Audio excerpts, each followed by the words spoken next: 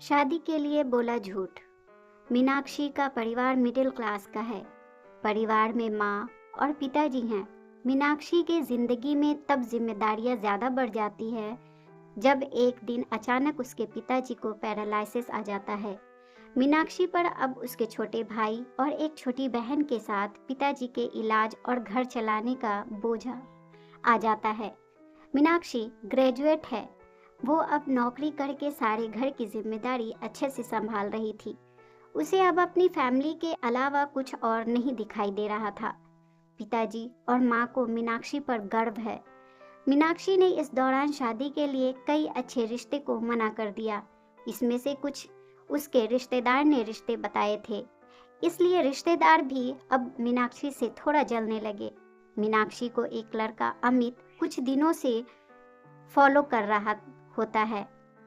लड़के को मीनाक्षी अवॉइड करती है, लेकिन उस लड़के का रिश्ता लेकर उसकी माँ उसके घर आ जाती है। वो लड़का अच्छे पैसे वाली फैमिली से था। मीनाक्षी को अब अपने माँ और पिता का बहुत ज़्यादा प्रेशर होता है शादी के लिए।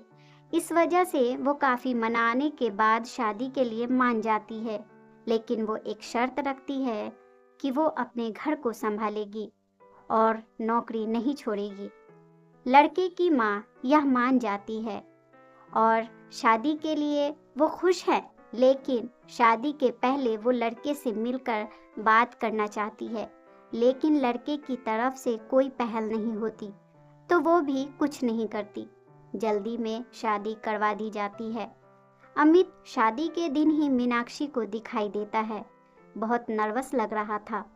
वो जिसके पीछे पड़ा था, शादी उसी से हो रही है, लेकिन फिर भी उसके चेहरे पर कोई खुशी नहीं था। मीनाक्षी को बात कुछ अजीब सी लगती है।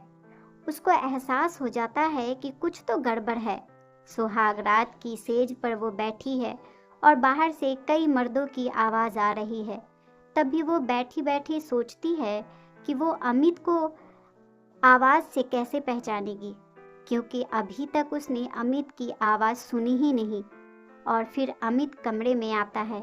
चेहरे का रंग पूरा उड़ा हुआ रहता है। मीनाक्षी एक नज़र चुपके से उठाकर उसे देखती है। वो भी बिस्तर के एक कोने पर बैठ जाता है। काफ़ी देर हो जाती है तो मीनाक्षी को कुछ अजीब सा लगता है, क्योंकि अमित ना कुछ बोलता है और ना ही उसके पास आता है। फिर मीनाक्षी ही पहल करती है और कहती है, सुनिए, आप इतने नर्वस मत होइए, मुझे आप पसंद हैं। अमित उसकी ओर एक नज़र देखता है। मीनाक्षी उसको पूछती है, क्या हुआ, आप खुश तो है ना? अमित केवल गर्दन हिलाता है। मीनाक्षी बोलती है, मुझे आपसे बहुत बातें करनी थी, लेकिन आपने पहल ही नहीं की। चलिए अब करते हैं। अमित अभी भी चुप रहता है। मीनाक्षी फिर बोलती है, आप कुछ बोल क्यों नहीं रहे हैं? अमित की आंखों में अब आंसू आ जाते हैं। मीनाक्षी घबरा जाती है कि ऐसा क्या हुआ, मुझे बताइए। तो अमित अब साइन भाषा में बताता है कि वो बोल नहीं सकता। मीनाक्षी को बहुत बड़ा धक्का लगता है। वो चुप हो जाती है और अमित से दूर हो जाती है। पहली रात ही उसे पता चल जाता है कि उसके परिवार वालों के साथ धोखा हुआ है, क्योंकि लड़के वालों ने इतनी बड़ी बात छिपाई। मीनाक्षी को धोखा बर्दाश्त नहीं होता है। वो अपने घर वापस लौट आती है। उसके परिवार को भी इस बात का पता नहीं होता। परिवार वाले भी यह सुनकर शॉक रह जाते हैं और अपने आप को कोसते हैं कि उन्होंने जल्दी कर दी, पहले पता लगवाना था। मीनाक्षी ने फैसला लिया कि अब वो कोर्ट में बात ले जाएगी। शादी के एक दिन बाद ही बात तलाक तक पहुंच जाती है। मीनाक्षी तलाक की अर्जी देती है। अमित की माँ मीनाक्षी के घर आती है। मीनाक्षी की माँ उन्हें भला बुरा कहती है। तब मीनाक्षी माँ को रोकती है और वो पूछती है कि आपको ज़रूरी नहीं लगा इतनी बड़ी बात हमें बताना? अमित की माँ नीचे मुँह कर और चुप रहकर सारी बात सुन रही होती है। तभी अमित की माँ कहती है कि एक माँ अपने बेटे का भला ही चाहती है और उसके पिता भी नहीं हैं। वो मीनाक्षी को पसंद करता है, इसलिए वो मीनाक्षी से शादी करना चाहता था। मैंने हिम्मत की बोलने की, मगर मैं कर नहीं पाई। फिर मुझे डर भी लगा, क्योंकि पहली बार उसने कुछ करने को कहा। उसने तो मुझे बोला था कि तुम्हें सब बता दूं, और मैं चाहती भी थी, लेकिन नहीं कर पाई। मैंने अमित को भी झूठ बोला कि तुम मान गई, लेकिन शादी के पहले उसे पता चल गया कि मैंने उसको झूठ बोला है। तब तक देर हो गई थी, इसलिए वो खुश नहीं था। मीनाक्षी, शायद तुम मुझे समझ पाओ। मीनाक्षी अभी भी गुस्से में थी। वो बोलती है कि मुझे अमित के ना बोलने से कोई प्रॉब्लम नहीं है।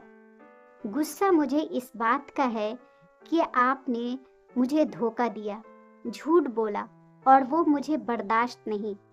तलाक की अर्जी के बाद रिश्तेदार तो मीनाक्षी और उसके परिवार की इस हालत पर खुश थे। वहीं तलाक में अभी कुछ महीने का समय है। मीनाक्षी अब अपने घर पर पहले की जिंदगी शैली पर लौट आती है।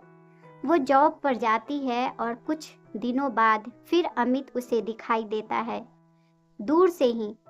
बस अब वो मीनाक्षी को देखता है। मीनाक्षी के ऑफिस के बाहर वो लगातार आता है।